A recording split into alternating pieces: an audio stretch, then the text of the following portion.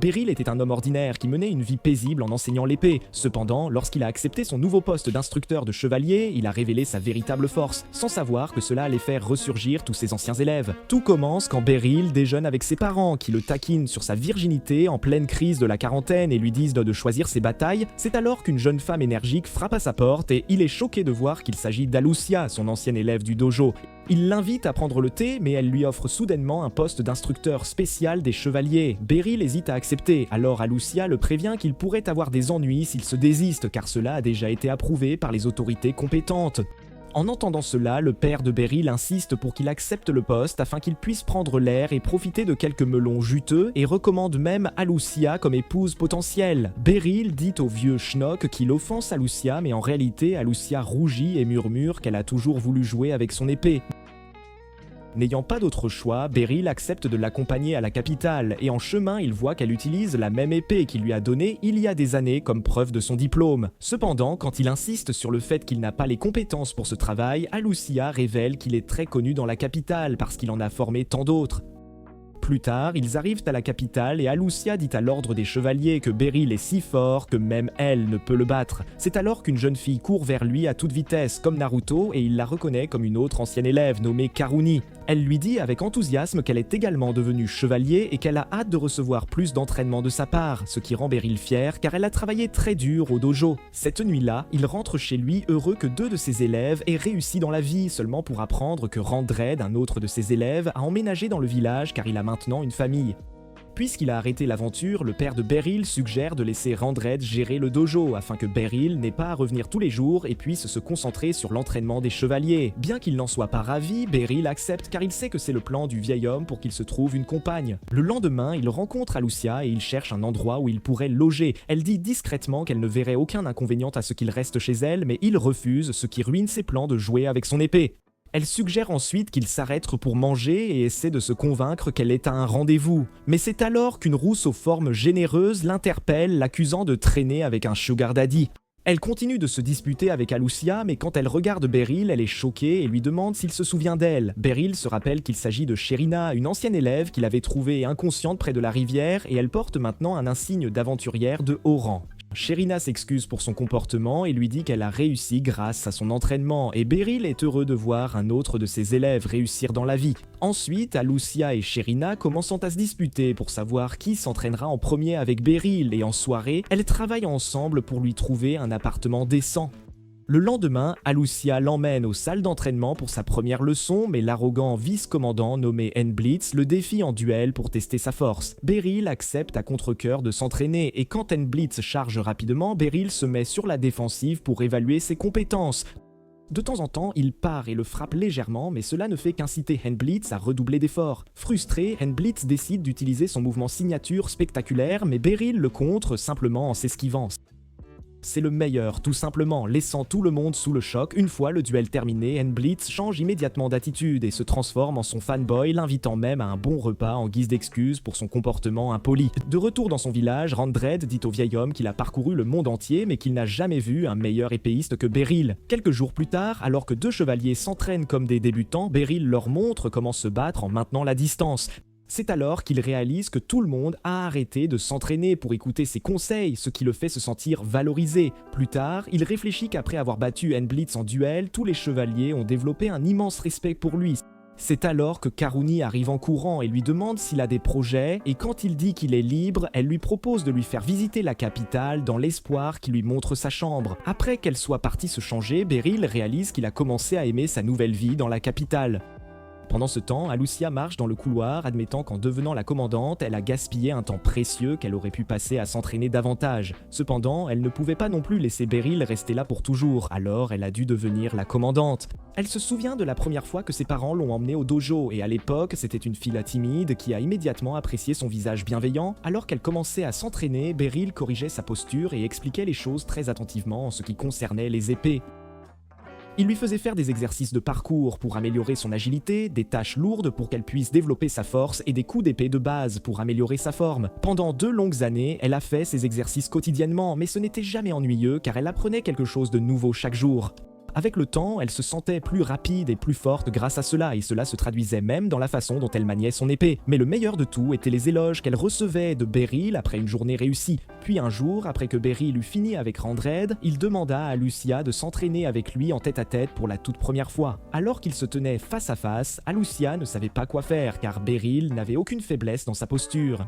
Elle y est allée à fond mais a été vaincue en quelques secondes, ce qui l'a fait le respecter encore plus. Même alors, Beryl a loué ses efforts, bien qu'elle ait eu l'impression de ne pas en faire assez. Puis un jour, Beryl a organisé un entraînement avec un autre dojo, et quand Alucia a affronté son adversaire, elle a pu facilement repérer toutes les ouvertures dans sa posture. Alors que le gars se précipitait, elle a facilement esquivé son attaque et a riposté, réalisant que tout cet entraînement l'avait rendue vraiment forte sans qu'elle s'en rende compte. Sur le chemin du retour, Alucia pensait que leur dojo était surpuissant parce qu'ils avaient gagné chaque duel, mais Beryl a humblement affirmé qu'ils avaient eu de la chance parce que leur style de combat s'alignait bien. Il a également demandé à Alucia de ne jamais compter les victoires ou les défaites et de se concentrer uniquement sur ce qu'elle apprenait en combattant quelqu'un avec un style différent. C'est alors qu'Alucia a réalisé qu'elle avait oublié son épingle à cheveux au dojo et est retournée la chercher, seulement pour être confrontée aux élèves qu'elle avait battus plus tôt. Ils commencent à dégager une ambiance louche et lui suggèrent de jouer aussi avec leurs autres épées, mais elle refuse, ce qui blesse leur ego fragile. Ils décident de la battre pour les avoir vaincus plus tôt, mais Beryl est revenu et a pris le coup pour elle. Il leur a dit de ne pas utiliser leurs compétences pour le mal, mais quand ils ont essayé de l'attaquer, il les a battus à main nue, à la grande surprise de tous. Peu après, le maître du dojo est arrivé et a réprimandé ses élèves pour avoir causé une telle agitation. Il leur a même dit que Beryl seul pouvait affronter une centaine d'idiots comme eux sans transpirer, et que tous ses élèves étaient meilleurs qu'eux. Beryl a dit au maître que ce n'était pas grave, mais le maître s'est agenouillé par pur respect et s'est excusé pour la mauvaise conduite de ses élèves. Alors qu'il rentre, Alucia est inquiète car Beryl a pris un coup pour elle, mais il dit que ce n'est rien de grave. Non convaincue, elle s'est arrêtée de marcher et s'est blâmée pour toute cette histoire seulement pour que Beryl lui dise qu'elle n'avait rien fait de mal. Au lieu de cela, il se blâme de ne pas l'avoir accompagnée et de l'avoir mise en danger, et ces mots gentils font pleurer Alucia. Ne réalisant pas qu'elle était submergée par l'émotion, Beryl s'est maladroitement excusé et a promis de lui offrir le déjeuner plus tard.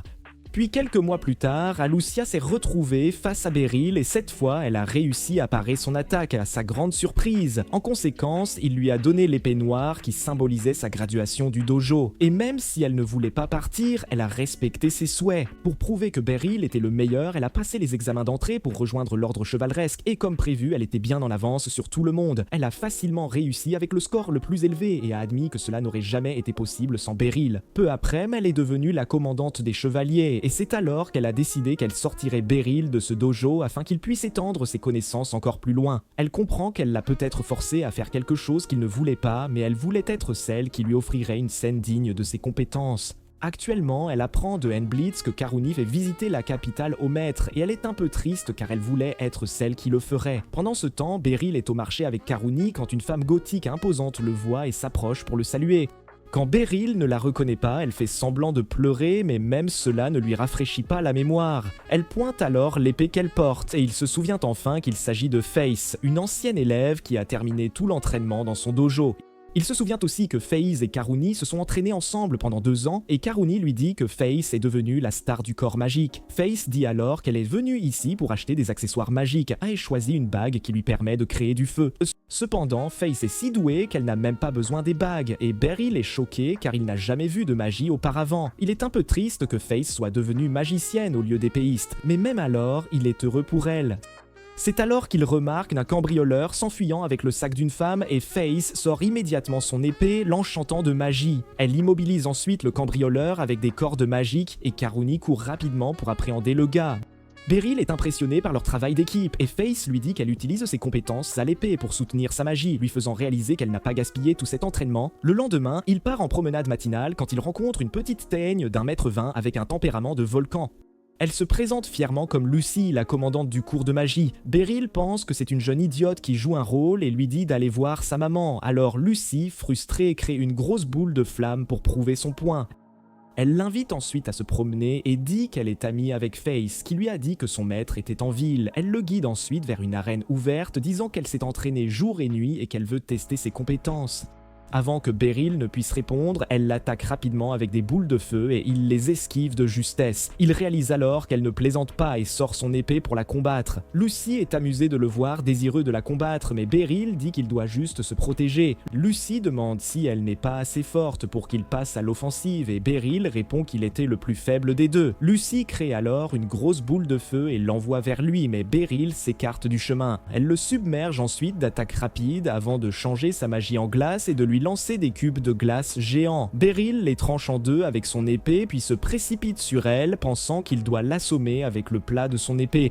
Cependant, alors qu'il s'approche d'elle, elle s'enveloppe soudainement de feu, ce qui le repousse. Elle déclenche ensuite une pluie de météores juste au-dessus de Beryl et l'homme court aussi vite qu'il le peut pour esquiver les projectiles entrants.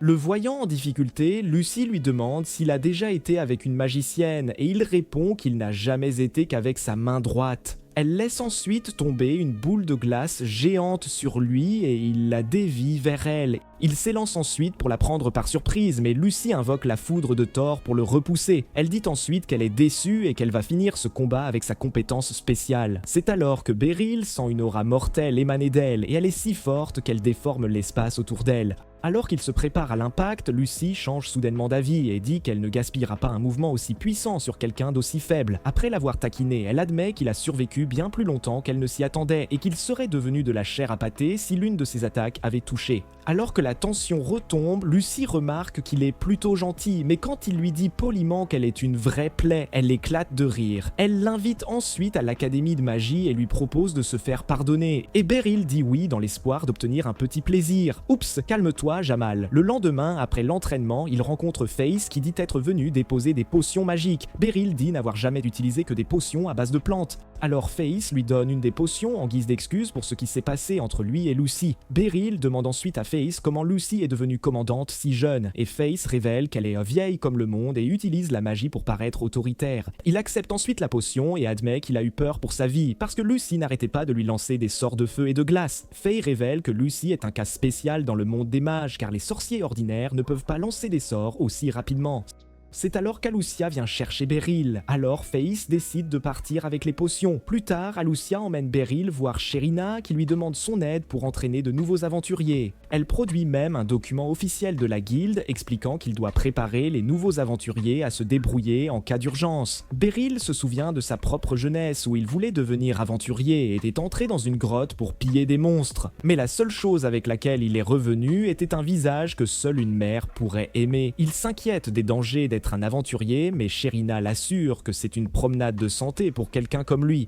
Bien qu'il soit réticent, les filles lui disent poliment qu'il n'est pas obligé d'accepter ce travail, mais qu'il serait bon qu'il écoute au moins la proposition du maître de guilde. Sherina l'emmène ensuite au bureau du maître de guilde, où il voit Lucy se détendre comme si elle était chez elle. Elle dit qu'elle est venue le voir parce qu'elle est une bonne amie du maître de guilde. Ensuite, Beryl est présenté au vieil homme Nidius et à son assistante Megan. Et Megan remet immédiatement en question son manque d'expérience en tant qu'aventurier. Il dit que même si une aventurière de haut rang et la commandante ont témoigné en sa faveur, il n'est toujours pas sage pour lui d'accepter ce rôle. Comme Beryl ne veut de toute façon pas de ce travail, il écoute tranquillement tandis que Sherina s'énerve car c'est un manque de respect envers son maître. Quand Nidus demande à Megan quelle est sa solution, il propose que Beryl affronte Sherina en duel pour tester ses compétences, et il accepte à contre-cœur. Peu après, il se dirige dehors pour le combat et les gens se rassemblent pour voir les deux canons de Sherina en action. Sherina se souvient d'une fois où elle était dans une calèche avec ses parents quand ils ont été soudainement attaqués par une bête. Désespérée de la sauver, la mère de Sherina l'a jetée hors de la calèche, mais elle est tombée dans la rivière en contrebas.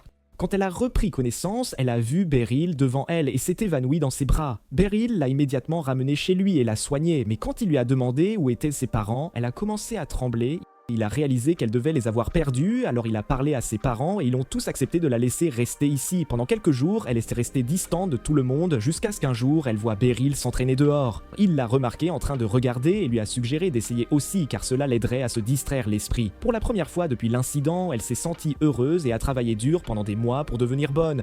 Finalement, elle a été acceptée au dojo, ce qui l'a rendue extrêmement extatique. Peu après, une famille a décidé d'adopter Sherina, et bien que le cœur brisé, elle a remercié Beryl pour tout ce qu'il avait fait pour elle. Elle a pleuré toutes les larmes de son corps dans la calèche parce qu'elle voulait rester là pour toujours, mais cela aurait été trop égoïste de sa part de demander cela. Des années plus tard, alors qu'elle était une aventurière de rang or, elle avait été prise en embuscade par des bandits, mais elle n'a même pas pris la peine d'écouter leurs menaces et elle les a éliminés instantanément. Elle a déclaré qu'elle était devenue aventurière parce qu'elle voulait s'assurer que d'autres ne subiraient pas la même chose qu'elle. Actuellement, elle est une aventurière fière et veut montrer à son maître ce qu'elle est devenue grâce à son entraînement. Alors que la bataille commence, Sherina le charge agressivement et le submerge de sa vitesse. Et quand Beryl égale ses compétences, cela met un grand sourire sur son visage. Beryl observe attentivement et repère un point faible dans sa posture, alors il frappe immédiatement sa main et la désarme avant de la balayer sous les jambes et de la faire tomber.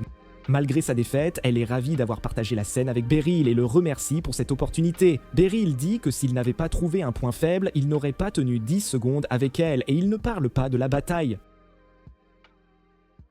Peu après, Megan s'est excusé auprès de Beryl d'avoir douté de ses compétences, mais il a dit que ce n'était pas grave car il avait raison de douter d'un homme d'âge moyen sans aucune expérience. Sur ce, il accepte à contre-cœur le poste et rencontre plus tard 3 aventuriers, Porta, Nidri et Sarli. Ils se dirigent vers le donjon et les aventuriers franchissent les premiers niveaux avec facilité, mais Sherina soupçonne que quelque chose ne va pas car les monstres sont moins nombreux aujourd'hui. Alors qu'ils se dirigent vers la partie la plus profonde du donjon, Porta est soudainement attaqué par un xéno-oiseau et est gravement blessé. Sherina fait le lien que cet oiseau a dû éliminer la plupart des monstres et demande à Beryl de se préparer pour un grand combat. Avant que cela ne commence, Beryl demande à Sherina si elle a des potions magiques et elle dit qu'elle en a aussi. Beryl suggère alors qu'elle s'occupe du monstre pendant qu'il aide Porta, mais quand il lui explique le plan, elle le comprend mal et part aider Porta, laissant Beryl combattre le monstre. N'ayant pas d'autre choix, Beryl commence à affronter le monstre et trouve une ouverture pour frapper sa jambe, seulement pour apprendre que ses jambes sont dures comme la pierre. Reculant, il voit Sherina emporter Porta et réalise qu'il doit gagner plus de temps. Le monstre s'élance rapidement et le blesse bien au bras avant de lui envoyer une boule de feu à toute vitesse. Après l'avoir esquivé de justesse, Beryl essaie de piquer son visage, mais le xéno-oiseau le frappe avec sa queue. Beryl finit par trancher la queue, ce qui met l'oiseau en colère. Il fonce alors sur Beryl et traverse la forêt, mais Beryl garde son sang-froid et parvient d'une manière ou d'une autre à monter sur son dos. Enragé, l'oiseau s'envole à grande vitesse pour le secouer, mais quand il refuse de lâcher prise, il atterrit au sol permettant à Beryl de descendre en toute sécurité. Ensuite, il pousse un cri fort et transforme le sol sous ses pieds en une fosse de lave.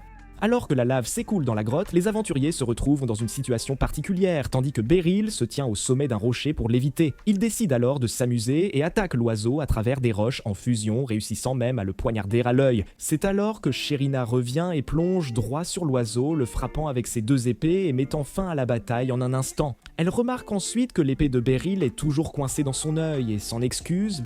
Beryl est plus intéressée par la santé de Porta et elle dit qu'il ira bien. Les 2 autres aventuriers arrivent en portant Porta et sont soulagés de les voir tous sains et saufs. Ensuite, ils retournent à la guilde où Nidus et Megan sont choqués d'apprendre qu'ils ont abattu un monstre nommé. Sherina attribue tout le mérite à Beryl parce qu'il a agi rapidement et leur a fait gagner un temps précieux, même si c'est elle qui a porté le coup final. Nidus est si impressionné qu'il offre à Beryl un rang d'aventurier élevé, mais Beryl refuse immédiatement. Et alors qu'ils sortent, Sherina s'incline profondément et s'excuse auprès de Beryl, reconnaissant qu'elle avait chanté ses louanges avec tant d'ardeur, ce qui les a malheureusement conduits à une situation des plus périlleuses. Malgré tout cela, elle se sent véritablement honorée d'avoir pu se joindre à lui dans un combat d'une telle gravité. Beryl lui répond qu'il devrait plutôt la remercier car elle a su prendre toutes les bonnes décisions et agir avec une rapidité exemplaire. Il sourit puis ajoute qu'il est profondément fier de la personne qu'elle est devenue, ce qui la fait rougir et bégayer. Cela la ramène instantanément à toutes ces années passées à s'entraîner ensemble et pour un bref instant, elle souhaite ardemment pouvoir remonter le temps et revivre chaque moment. Le lendemain, Beryl se retrouve dans la nécessité d'acquérir une nouvelle épée. Karini accepte donc volontiers de l'accompagner chez un forgeron, étant donné qu'elle est entièrement libre pour la journée. Alusha se joint également à eux, et ce malgré une charge de travail considérable. Elle affirme que le choix d'une épée pour son maître est une affaire de la plus haute importance, et c'est précisément la raison pour laquelle elle se doit absolument de les accompagner. En vérité, elle est rongée par la jalousie, car Serena a pris les devants pendant qu'ils étaient occupés à chercher un appartement, et Karini avait déjà eu amplement sa part d'attention lorsqu'elle s'était présentée dans les environs de la capitale. Ainsi, cette fois-ci, elle désire ardemment lui être d'une grande utilité afin qu'il puisse par la suite lui accorder quelques faveurs en retour. Beryl interroge alors Karini sur l'emplacement exact de la boutique où elle compte l'emmener, mais celle-ci répond qu'il faudra attendre d'être sur place pour le découvrir. Une fois arrivé, un Jim Bro imposant et musclé accueille Karuni et Beryl réalise soudain qu'il a déjà entendu cette voix auparavant. Il reconnaît immédiatement l'homme. Il s'agit de Baldur et il est profondément choqué de constater qu'il a réussi à transformer sa passion dévorante pour les armes en une véritable entreprise florissante. Il révèle par ailleurs que parmi tous ses nombreux élèves, Baldur était le seul et unique à être plus âgé que lui. Il avait intégré le dojo dans le but précis de mieux appréhender le maniement des épées et, par extension, d'en fabriquer de bien meilleures. Après les habituels échanges de politesse, il leur demande ce dont ils ont besoin et Karuni explique qu'elle doit faire aiguiser sa courte épée. Après avoir minutieusement inspecté l'arme, il lui annonce qu'elle ferait mieux d'en acquérir une toute nouvelle car celle-ci est malheureusement endommagée au-delà de toute réparation possible. Elle répond qu'elle la trouve particulièrement légère et très agréable à manier et il lui explique alors que c'est précisément là que réside le problème. Si l'on ne perçoit même pas le poids de son arme, alors ce n'est absolument pas celle qui convient. Dans cette situation, Beryl lui propose de manier une Zweihander, une épée à deux mains, et dès qu'elle la prend en main, elle développe immédiatement une grande affinité pour elle. Une fois cette tâche accomplie, Beryl se met en quête de sa propre épée, mais à cet instant précis, Sharina fait son apparition dans l'histoire, un sac volumineux sur le dos. Elle s'engage aussitôt dans un échange particulièrement houleux avec Alucia, ce qui pousse Beryl à intervenir pour mettre fin à la querelle en lui demandant la raison de sa présence. Serena dévoile alors l'objet en question, qui n'est autre que la jambe amputée de Zeno, et elle demande à Baldur s'il serait en mesure d'en forger une longue épée. D'abord stupéfait, Baldur lui demande pourquoi elle désire une longue épée alors qu'elle a l'habitude d'utiliser des lames jumelles, et Serena lui répond que ce n'est pas pour elle, mais bien plutôt destiné à Beryl. Alisha, prise de jalousie, déclare que seul l'ordre chevaleresque devrait être habilité à lui fournir une épée, mais Serena le supplie avec insistance de l'accepter comme un humble témoignage de sa gratitude. Après un moment de profonde réflexion, il consent à prendre l'épée, ce qui rend Alucia visiblement triste, tandis que Baldr, lui, est follement excité, impatient de se mettre au travail. Peu après, Karuni se met soudainement à glousser car il souhaite ardemment lui demander une séance d'entraînement tout à fait privée. Dans l'enceinte de la salle d'entraînement, il lui explique que la Zweihander est habituellement maniée en la balançant de gauche à droite et il lui en fait une démonstration concrète.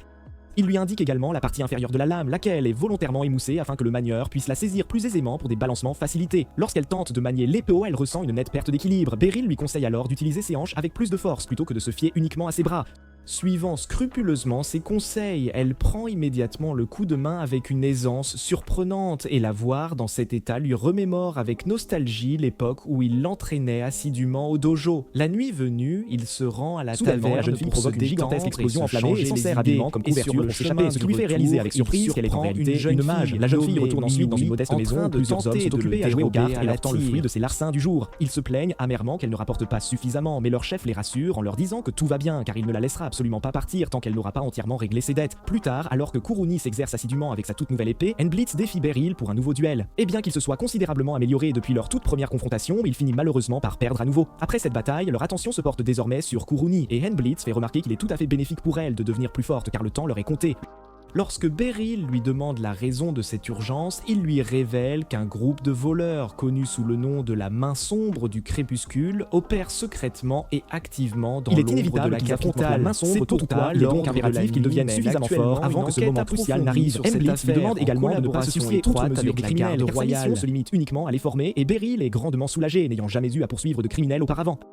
À cet instant précis, il sort un collier de sa poche, mais avant même qu'il n'ait eu le temps de prononcer le moindre mot, Henblitz et Karuni supposent immédiatement qu'il tente de séduire quelqu'un et se mettent à lui prodiguer des conseils sur la meilleure façon de conclure. Il explique alors qu'il a surpris un pickpocket la nuit précédente, lequel s'était enfui après avoir provoqué une violente explosion. Mais lorsque la fumée s'est finalement dissipée, il a découvert ce collier gisant sur le sol. Karuni est perplexe, car une personne capable de pratiquer la magie n'aurait aucunement besoin de voler à la tire, et Henblitz ajoute que l'intégration à l'académie de magie peut assurer un avenir confortable à quiconque. Henblitz en déduit qu'elle a peut-être dérobé des accessoires magiques afin de pouvoir lancer des sorts. Beryl décide donc de déposer le collier en tant qu'objet trouvé. Après l'avoir confié à la réceptionniste, Beryl quitte les lieux mais son esprit demeure entièrement préoccupé par le regard que la jeune fille lui a lancé la nuit précédente. Peu de temps après, il tombe par hasard sur un panneau affichant une propriété à louer située dans le prestigieux quartier central, mais le prix s'avère malheureusement bien trop élevé pour ses moyens. À cet instant La jeune précis, fille se il jette aperçoit sur sur lui lui et lui réclame le collier avec une colère manifeste, mais il lui intime de se calmer car elle attire déjà beaucoup trop l'attention des passants. Il lui explique ensuite qu'il l'a découvert gisant sur le sol et l'a confié à la réceptionniste, ce qui finit par l'apaiser considérablement. Il lui demande alors si elle l'a dérobé et lorsqu'elle répond par la négative, il lui propose de retourner ensemble le réclamer. Il lui assure qu'elle le récupérera sans aucune difficulté s'il l'accompagne. La jeune fille se met alors à marcher à sa suite, bien que de manière réticente, affichant un air de colère persistant sur son visage. Il lui demande son nom afin de tenter d'alléger l'atmosphère, mais elle lui répond sèchement de se mêler de ses propres affaires. Il lui demande alors, avec un calme déconcertant, pourquoi elle se comporte comme si quelqu'un avait laissé une crotte de nez dans son café, ce qui pousse la jeune fille à détourner le regard, visiblement embarrassée. Après qu'il ait récupéré le précieux collier, elle exige avec insistance qu'il le lui restitue sur le champ, mais Beryl lui propose plutôt de discuter un instant auparavant. À cet instant précis, Alucia les rejoint et lorsqu'elle aperçoit le collier, elle suppose immédiatement que Beryl est le grand séducteur de ce monde, ou pire, un proxénète. Ils se réunissent autour d'une tasse de thé et la jeune fille lui avoue qu'elle est la pickpocket qu'il a failli appréhender la nuit précédente, mais qu'il ne peut absolument rien faire à ce sujet car il ne dispose d'aucune preuve concrète. Beryl lui assure qu'il n'a aucune intention de la dénoncer et accepte de lui restituer le collier à condition qu'elle cesse ses activités de vol à la tire, mais elle lui répond qu'elle fera tout ce qui est nécessaire pour assurer sa survie. Alucia est stupéfaite par son audace, même en présence du commandant des chevaliers, et lui propose une place au sein de l'académie de magie, car elle est capable d'utiliser la magie sans le moindre accessoire. Beryl appuie ses dires, déclarant avec un calme olympien qu'ils sont conscients que quelque chose d'important se passe avec elle et qu'ils désirent sincèrement l'aider. Elle finit par se calmer et révèle alors que quelqu'un lui a promis de ramener sa sœur à la vie en échange de la somme colossale de 5000 000 de pièces. Et comme elle ne dispose ni du temps ni de l'argent nécessaire, elle s'est malheureusement résolue à commettre des vols. Beryl sait pertinemment qu'elle est victime d'une supercherie, mais il préfère garder le silence car il serait imprudent de briser ses derniers espoirs.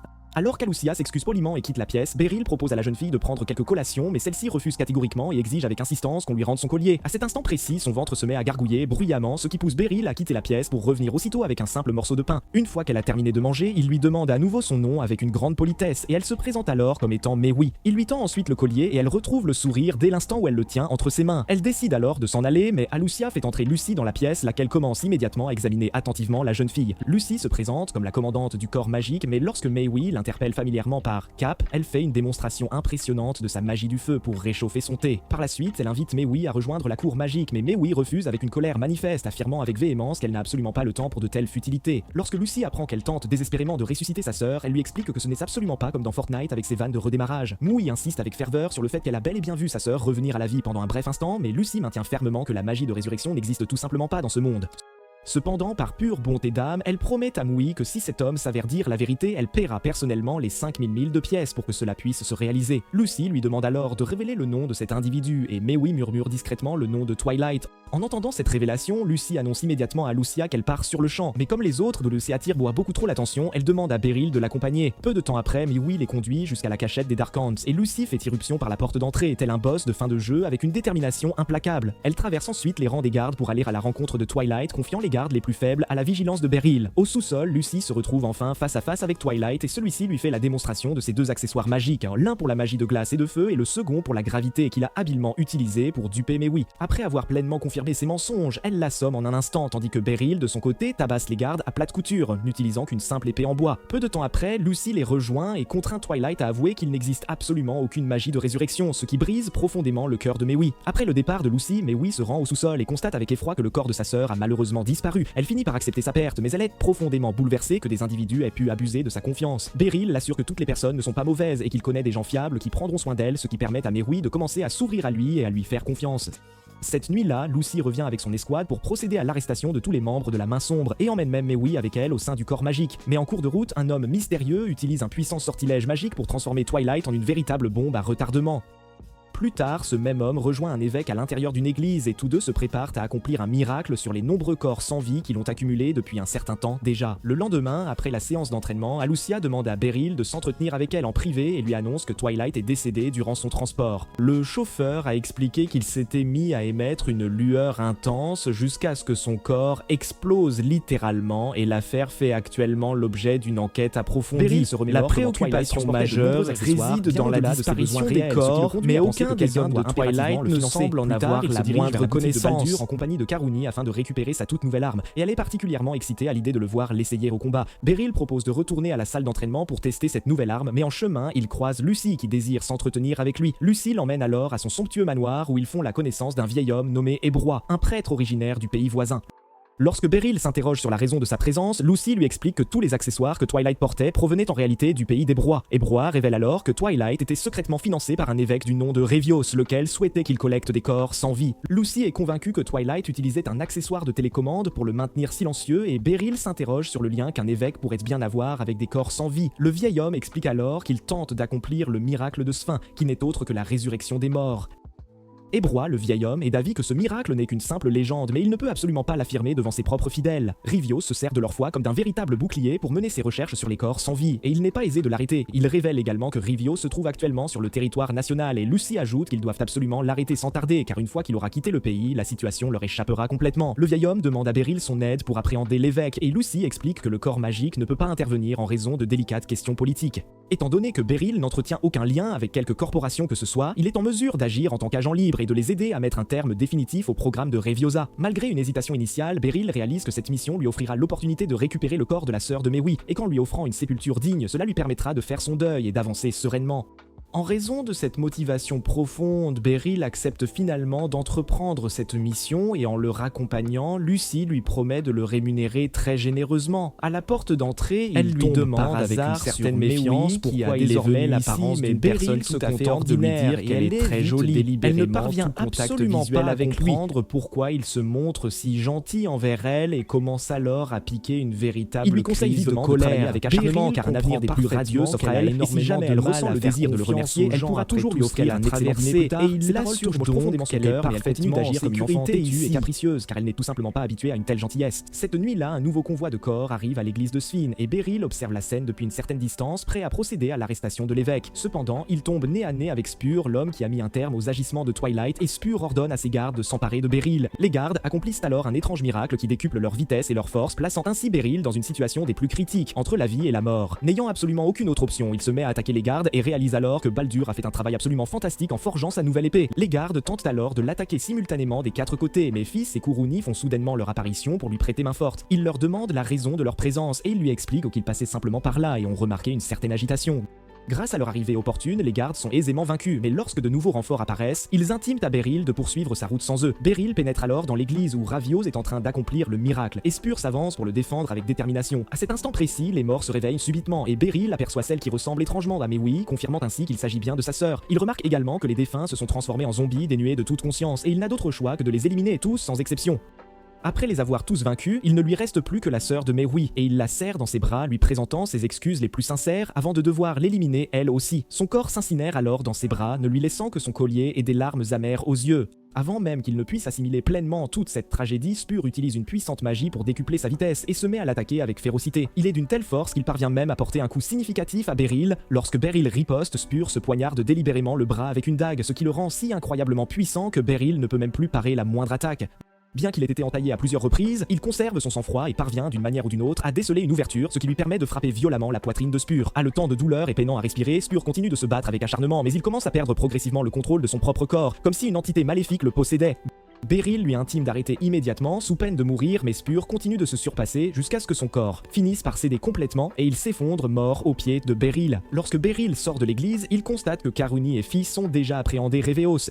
Il interroge l'évêque sur les raisons de ses agissements si immoraux, et Reveios lui répond que son pays sera inévitablement condamné s'il ne parvient pas à trouver un moyen de renforcer l'église. Le lendemain, il partage cette nouvelle avec Lucy, mais il demeure profondément attristé de n'avoir pas pu venir en aide à la sœur de Mewi. Afin d'apaiser son esprit tourmenté, Lucy l'emmène dans une magnifique maison et lui annonce que c'est là sa récompense pour avoir mené à bien cette mission. En pénétrant à l'intérieur, il aperçoit Mewi en train de balayer et Lucy lui révèle qu'elle vivra désormais ici avec lui. Elle explique ensuite que Mewi a besoin de l'approbation d'un tuteur légal pour pouvoir intégrer l'académie. Elle demande donc à Beryl de l'adopter, ne serait-ce que sur le plan administratif. Malgré une certaine hésitation initiale, il constate que Mewi est réceptive à cette idée et il décide alors de se lancer. Quelques jours plus tard, Beryl prépare son petit déjeuner pour lui-même et admet qu'il n'est toujours pas entièrement habitué à être propriétaire d'une maison dans la capitale. Après avoir dressé la table avec soin, Mewi le rejoint et ils s'installent tous deux dans un silence quelque peu gênant. Beryl meurt d'envie de lui faire goûter sa saucisse et tente d'engager une conversation légère avec elle, mais elle ne montre absolument aucun intérêt. Il lui propose même de laver ses vêtements, espérant ainsi pouvoir renforcer son armure scénaristique, mais elle lui intime fermement de ne surtout pas le faire. Beryl réalise qu'il se montre beaucoup trop insistant et se tait aussitôt, constatant que Mewi s'efforce de maintenir une certaine distance avec lui. Elle lui demande alors, avec une hésitation palpable, si elle peut utiliser la salle de bain et Beryl lui répond qu'elle n'a absolument pas besoin de lui demander, car c'est désormais aussi sa maison. Plus tard, alors qu'ils se dirigent ensemble vers le marché, Beryl réfléchit au fait qu'il a eu affaire à de nombreux jeunes au dojo, mais que Mewi est, elle, tout à fait différente. Pour tenter de briser la glace entre eux, il achète des brochettes et Mewi déclare qu'elles sont délicieuses avec un visage impassible, ce qui le rend particulièrement heureux. Il l'emmène ensuite au théâtre et lui demande si elle a déjà eu l'occasion d'assister à une pièce de théâtre, et lorsqu'elle répond par la négative, il décide de l'inviter à entrer. Quelques heures plus tard, ils sortent de l'édifice et il lui demande alors ce qu'elle a pensé de la représentation. Maui déclare que le personnage masculin principal était agaçant et égoïste, mais qu'à part cela, la pièce était plutôt réussie. Il est soulagé de constater qu'ils ont désormais un sujet de conversation et croit qu'elle lui permettra enfin de concrétiser leur relation. Le lendemain, il l'accompagne jusqu'à l'école, affirmant avec insistance qu'il se doit d'être constamment à ses côtés, car il est désormais son tuteur légal.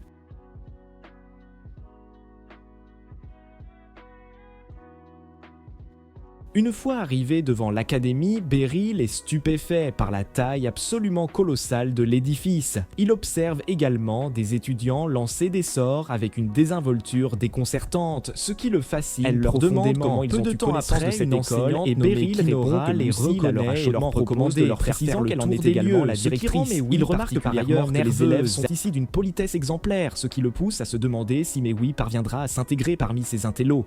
Plus tard, Kinora informe Maui qu'elle n'aura pas besoin de passer le test d'aptitude car Lucy a déjà finalisé son admission mais qu'elle doit néanmoins choisir une spécialisation en magie. Elle explique que chaque mage possède des affinités particulières avec certains types de magie et Maui répond qu'elle n'est douée qu'en magie du feu. Kinora explique ensuite que la magie se divise en plusieurs catégories distinctes. La magie offensive, la magie défensive, la magie de guérison, la magie d'amélioration et la magie du quotidien. La magie du feu, quant à elle, relève du type offensif, ce qui s'avérera être le choix le plus judicieux pour Maui. Elle mentionne également qu'il existe un dortoir spécialement aménagé pour les étudiants et les emmène ensuite faire une visite guidée. Maui est stupéfaite de constater à quel point l'endroit est impeccablement bien entretenu. Si elle souhaiterait manger quelque chose, Beryl lui répond que les dortoirs sont à la fois élégants et très propres, confirmant mais il s'inquiète sérieusement que Maui ne seule journée à s'intégrer harmonieusement avec les autres étudiants. Il s'arrête devant une charcuterie où il tombe par hasard sur Sherina, laquelle l'invite à se joindre à elle.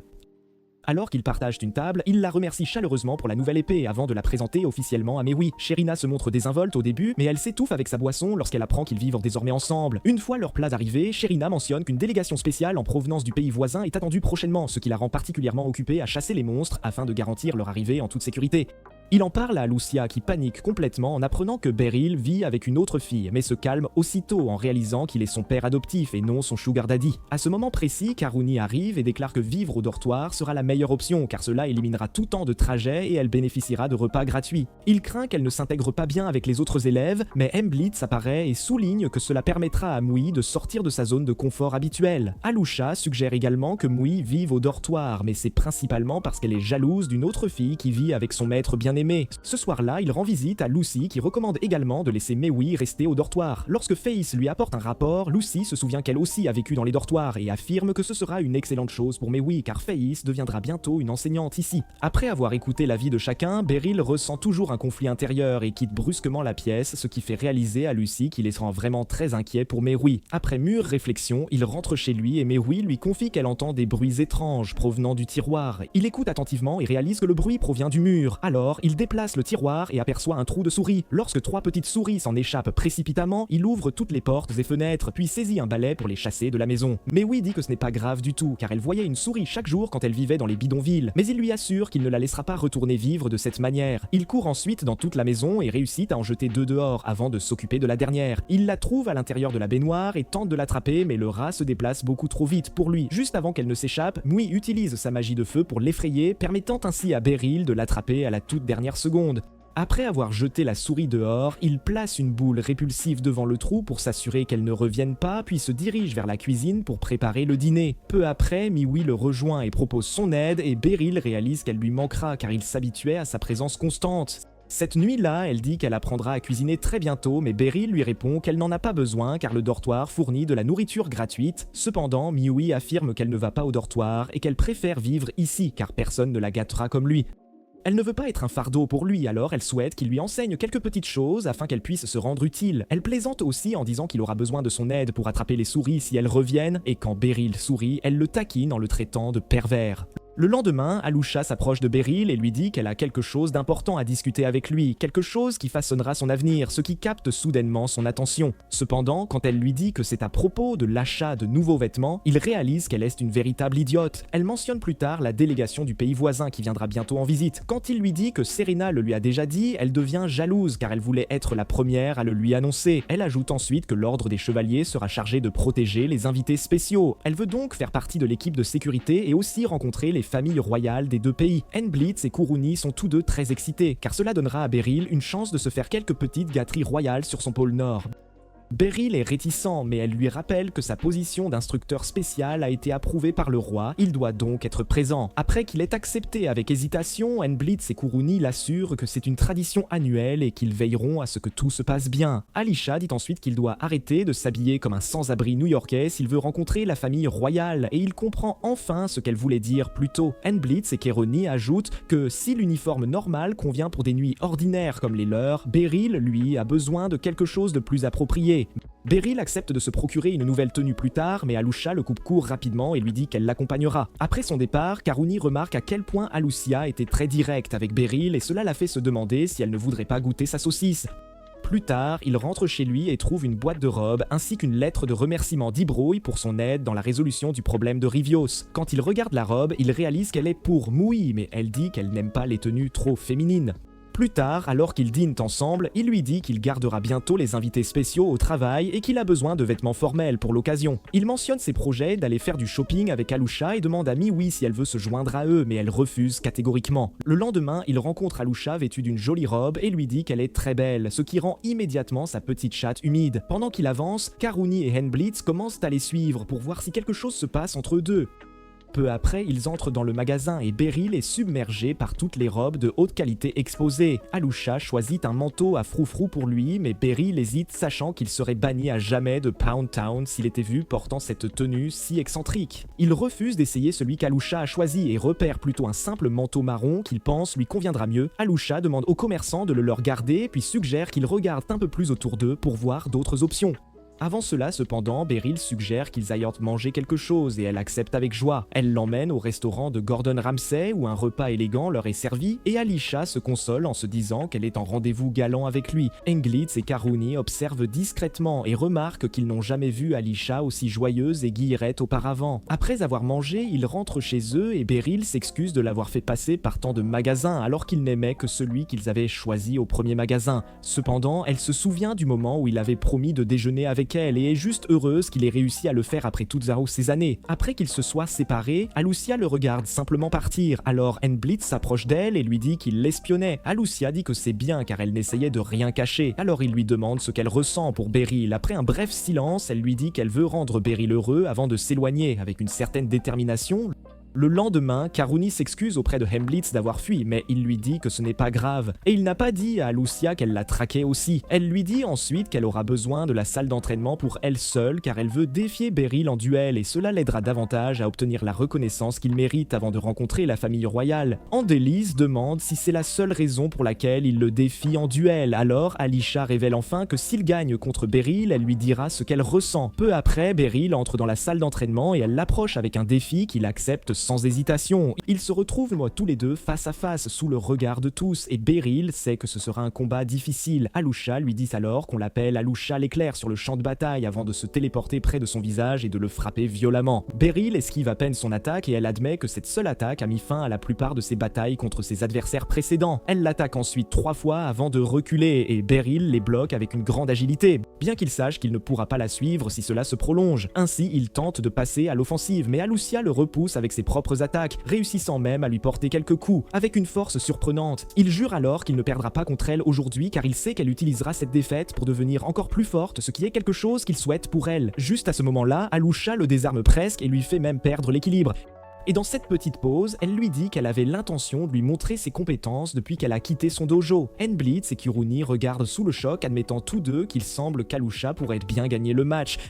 Beryl sait aussi qu'il ne pourra pas gagner par des moyens normaux, alors quand Alisha le charge à nouveau, il part son attaque et attend le moment parfait. Il attrape ensuite sa cape et la projette au sol et Blitz le déclare vainqueur car il n'y a pas de règle dans un vrai combat. Beryl lui dit alors que son maniement de l'épée est parfait mais qu'elle ne doit pas s'attendre à ce que les autres jouent selon ses règles. Elle le remercie ensuite pour la leçon et après, Pendlitz lui demande si elle allait vraiment avouer ses sentiments si elle avait gagné. Alouchev dit qu'elle veut juste le rendre heureux, mais peu importe si quelqu'un d'autre le fait tant qu'il est heureux. Cette nuit-là, Beryl raconte le match à Mewi, et Mewi affirme qu'Alucia pourrait vouloir toute son attention parce qu'elle l'aime bien, c'est évident. Cependant, il lui dit qu'il est plus vieux que le monde alors qu'elle est encore sous garantie et qu'il préférerait ne pas tester la vitesse à laquelle les flics peuvent apparaître. Plus tard, alors qu'il boit de la bière à grande gorgée, elle remarque que sa tasse est ébréchée et il dit qu'il l'a laissée tomber en la lavant. Il demande ensuite à Miwi ce qu'elle a dans son sac, et elle lui montre son uniforme et un livre qu'elle a emprunté. Barrow pense qu'elle est prête pour l'école, mais il se souvient alors que d'autres filles portent un vrai sac d'école et lui demande si elle en a un. Elle lui dit qu'elle n'en a pas eu et qu'elle se débrouillerait avec le sien, mais Beryl insiste pour lui en acheter un nouveau. Pendant ce temps, Nidus et Magin rencontrent Serena et lui remettent une demande écrite expliquant que des aventuriers de haut rang ont trouvé un cheval sauvage dans la capitale et l'ont acculé dans la forêt. Ils n'ont pas pu prendre de mesures décisives et veulent qu'elle les aide, mais Serena n'est pas sûre de pouvoir être utile ici. D'autre part, Beryl se dirige vers le magasin de sacs se demandant ce qu'il devrait acheter pour Mewi et le commerçant lui recommande des sacs qui ressemblent beaucoup à ceux qu'il a vus porté par des mages.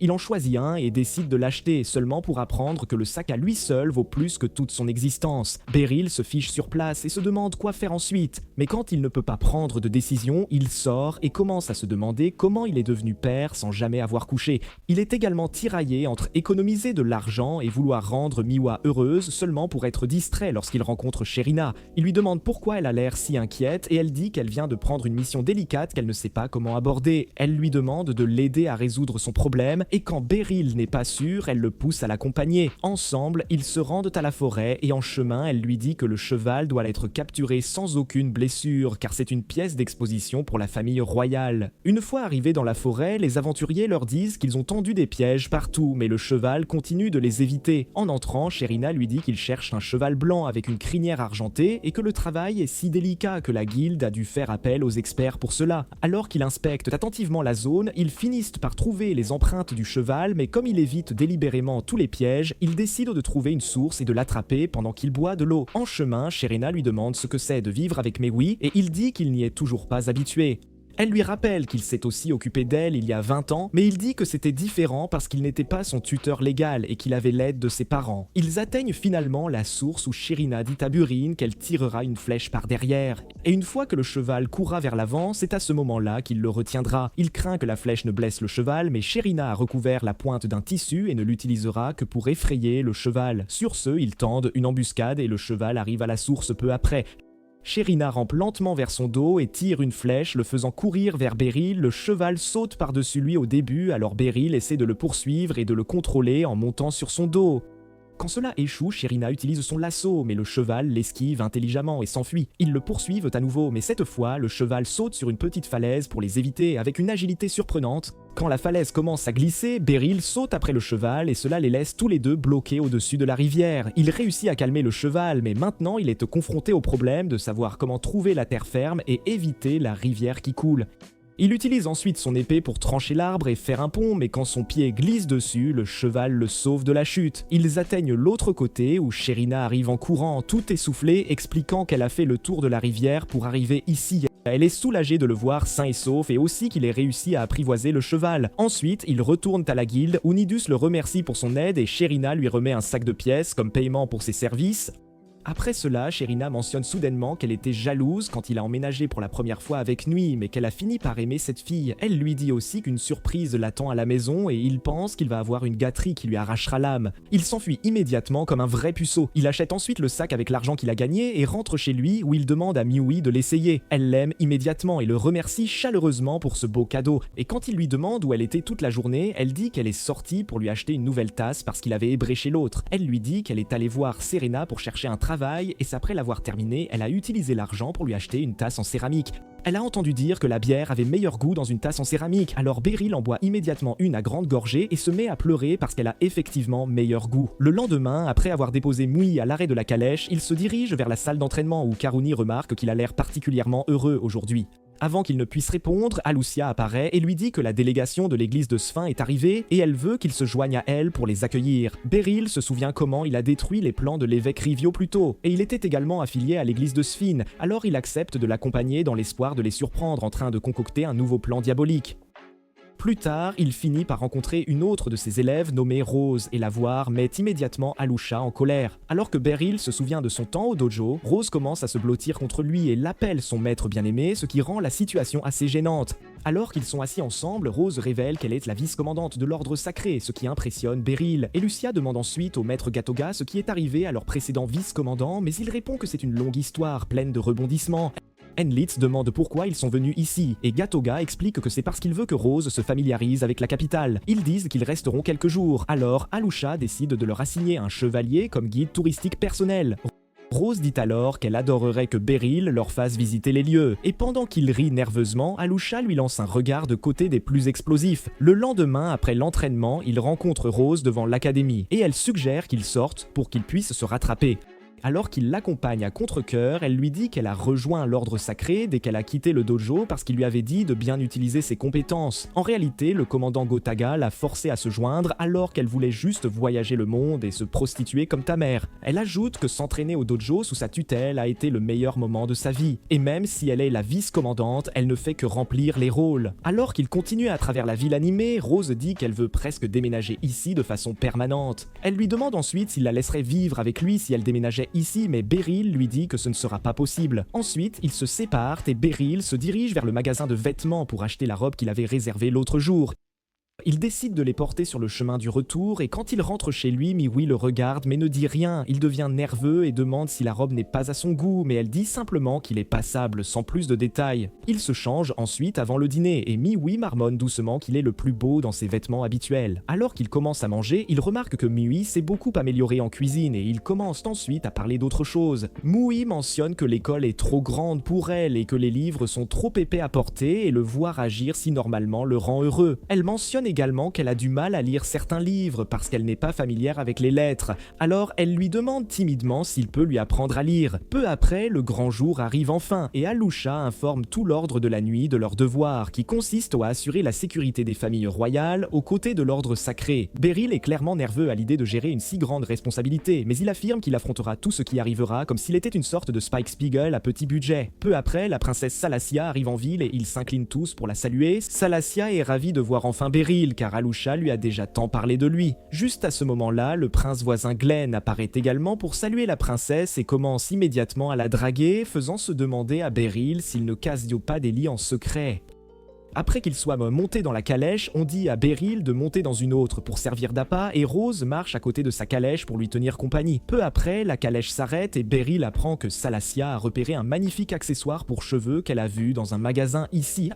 Après un bref arrêt au magasin, Salacia et Glenn retournent lentement à la calèche et Katoga demande au prince de ne plus refaire ce coup, car ce n'est pas sûr. Juste à ce moment-là, Beryl repère quelqu'un de louche dans la foule, mais avant qu'il ne puisse le traiter, la personne disparaît, ce qui met Beryl en état d'alerte maximale. Plus tard, pendant que les royaux déjeunent, Beryl s'approche d'Alucia pour lui faire savoir qu'il a ressenti quelque chose d'étrange devant la bijouterie. Alors, elle envoie Blitz augmenter la garde. Plus tard, alors que Salacia et Glenn s'adressent à la foule, 3 assassins surgissent et commencent à courir vers eux.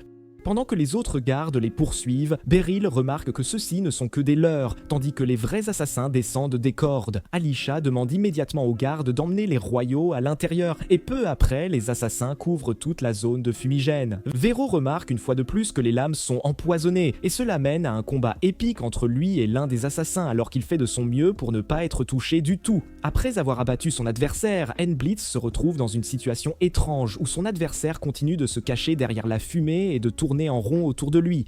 Cependant, Blitz ferme les yeux et utilise son ouïe, ce qui lui permet de localiser l'assassin et de l'éliminer. Alycia combat également l'un des assassins et quand il essaie de la faire tomber en utilisant sa cape, elle le contre rapidement et lui laisse une coupure à la jambe. Après cela, elle tranche l'homme et le combat passe ensuite à Gatoga qui ne parvient pas à maîtriser l'assassin, permettant à l'homme de s'enfuir. Et enfin, Rose finit par tuer le dernier gars et Beryl en est témoin, notant à quel point Rose a beaucoup changé son style de combat. pas. La fumée se dissipant, ils essayent d'interroger ceux qu'ils ont capturés vivants, mais tous morts dans une capsule empoisonnée et se suicident. Les laissant sous le choc, après avoir nettoyé le désordre, ils déplacent les royaux vers un endroit plus sûr, mais Alucia est frustrée car elle n'a pas pu interroger les assassins. Elle mentionne également que quelques assassins ont réussi à s'échapper et Beryl pense que la tournée pourrait être annulée après cela. Plus tard, Alucia l'informe que Salacia et Glenn sont maintenant en sécurité au palais royal et que la garde a été renforcée autour de la ville. Katoga et Alucia doivent faire leur rapport au supérieur, alors ils ont demandé à Beryl et Rose de continuer sans eux. Beryl suppose que Rose profitera de ce changement pour sauter sur son joystick, mais Rose part juste de son propre chef à sa grande surprise. Beryl rentre ensuite chez lui et trouve Mei en compagnie de Lucy dans la salle à manger. Lucy lui dit qu'elle a entendu parler de l'attaque contre Salacia et qu'elle est venue s'enquérir de la situation. La jeune fille demande alors à Lucy pourquoi le cadavre magique ne faisait pas partie de l'équipe de sécurité, et Lucy répond qu'il devait rester dans l'ombre en coulisses. Quand il demande pourquoi, Mui s'excuse soudainement car elle ne veut absolument pas faire partie de cette fête soporifique. Après son départ, Lucy loue ses bonnes manières, sachant très bien que Mui voulait leur laisser de l'intimité pour discuter de sujets plus personnels. Lucy révèle alors que leur pays voisin croit que la magie provient d'une bénédiction divine, donc si des non-croyants comme eux l'utilisaient aussi, cela ne les rassurerait pas du tout quant à leur foi. Elle pense également que les assaillants d'aujourd'hui venaient aussi du pays voisin et qu'ils importent leurs conflits civils sur un territoire international. Beryl se demande comment elle est parvenue à cette conclusion et elle répond qu'elle a eu cette information d'Ibrois qui explique que leur nation était en pleine lutte de pouvoir entre papistes et royalistes. Elle explique ensuite que le pape est au sommet de la pyramide du pouvoir et puisque le roi est aussi un fervent adepte de ce fin, il ne peut absolument pas ignorer l'avis du pape.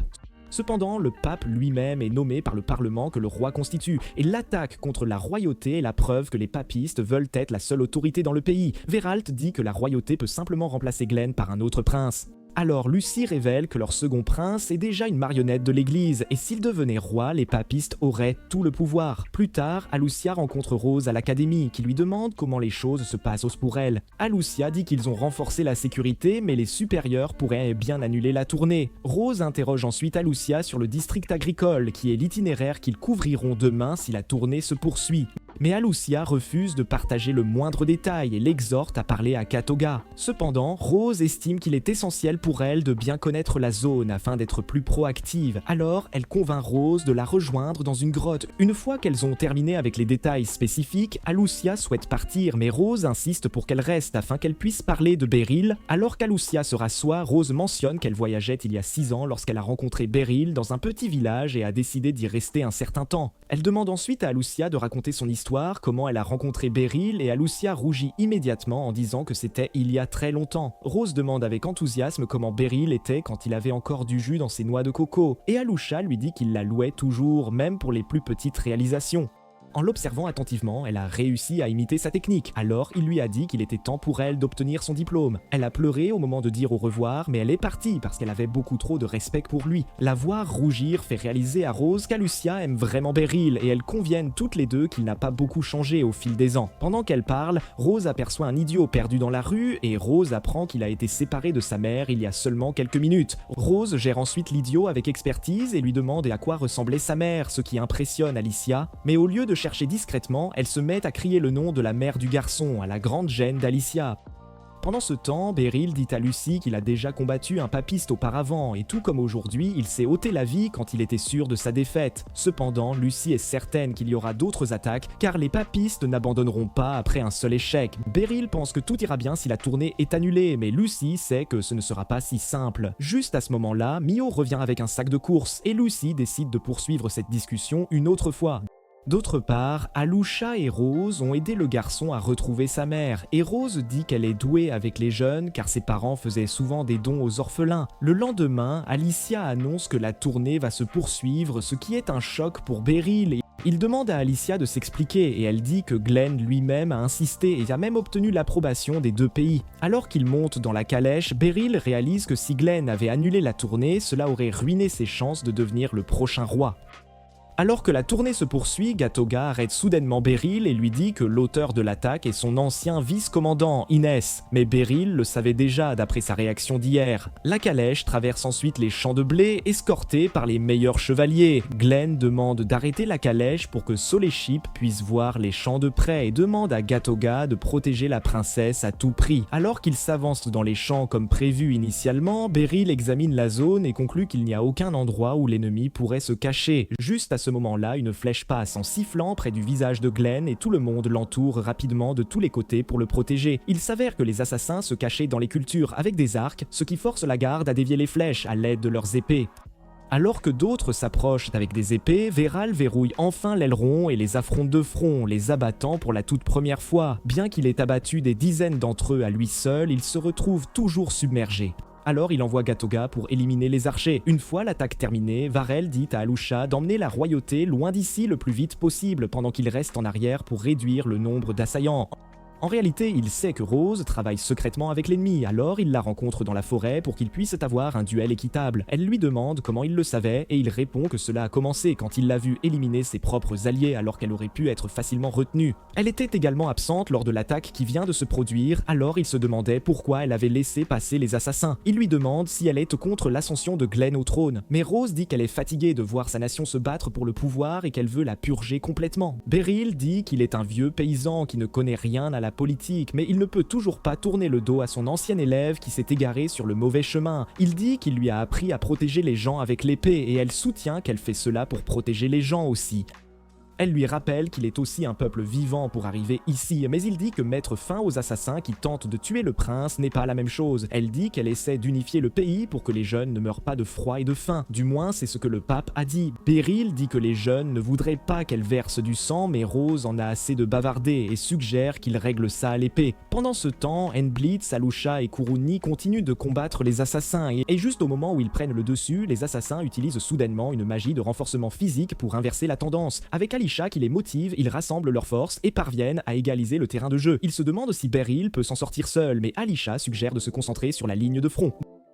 De retour dans la forêt, Rose commence à attaquer Beryl, mais il reste en retrait et continue d'esquiver. Il lui demande d'arrêter cela et de revenir à la raison, mais elle dit qu'elle ne peut pas car le pape a pris les orphelins en otage et va les exécuter. L'expression sur le visage de Beryl change et il affirme qu'il est enragé contre les personnes qui l'ont forcé à cette situation. Il déclare alors qu'il va la combattre pour de vrai cette fois-ci et ils recommencent à s'affronter. Rose est impressionnée qu'il sache comment se battre contre quelqu'un avec un bouclier. Il prend ensuite un moment pour analyser tous les points faibles avant qu'ils ne commencent à se battre et Beryl la laisse même le couper quelques fois avant de la parer. Il lui entaille ensuite la poitrine avec son épée et le sang commence à couler sur ses juteuses tours jumelles. Alors qu'elle tombe à genoux, elle dit en plaisantant qu'il a joué de manière déloyale et Beryl explique qu'il savait qu'il ne pouvait pas l'éliminer avec plusieurs attaques, alors il a dû en finir en un seul coup.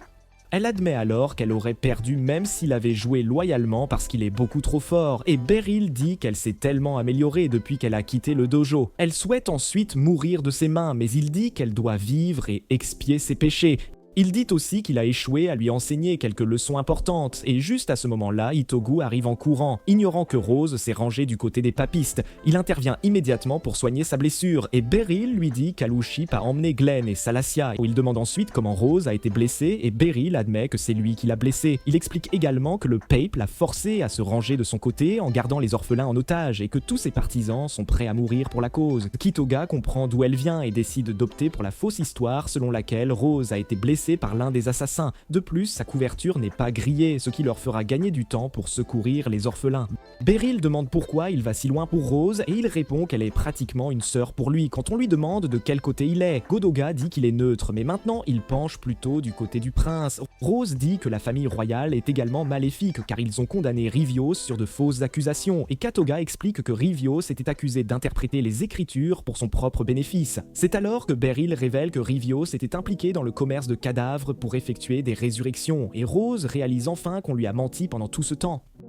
Beryl lui demande alors de ne pas gaspiller ses compétences et d'utiliser son épée pour protéger les autres, et Rose fond en larmes, promettant d'expier ses péchés. Elle promet aussi de le remercier avec une gâterie céleste, mais il lui dit de ne pas s'en soucier car c'est son travail d'aider ses élèves. Juste à ce moment-là, Kerouni et les autres éliminent enfin le dernier assassin, mais Alusha refuse toujours de baisser sa garde. Quand Beryl apparaît enfin, ils le remercient collectivement d'avoir protégé leurs arrières car ils auraient sûrement perdu sans lui. Il lui dit ensuite que tous les assassins ont été éliminés, mais Rose a été gravement blessée et elle a été transportée à l'hôpital au moment où il parle. Il les assure ensuite qu'elle ira bien, après quoi Alucia rassemble tout le monde pour qu'ils puissent rentrer en toute sécurité. Le lendemain, Alucia les informe que tout le désordre a été nettoyé. Les agriculteurs recevront une compensation pour les récoltes endommagées. Juste à ce moment-là, un chevalier apporte une lettre pour Alucia du palais royal et elle est invitée à un banquet où elle sera félicitée pour ses efforts. Beryl lui dit qu'elle doit y aller seulement pour qu'elle révèle qu'il est également invité. Enblitz et Karuni insistent pour qu'il y aille aussi, mais quand il demande s'il peut refuser, ils lui disent en plaisantant qu'il sera exécuté. Lucy et Faïs mentionnent l'invitation autour d'un thé et elles conviennent toutes les deux que Beryl ne connaît même pas son propre potentiel. Pendant ce temps, Sherina quitte la ville pour un travail et ne sera pas là pour son grand jour, mais elle jure de célébrer dès son retour.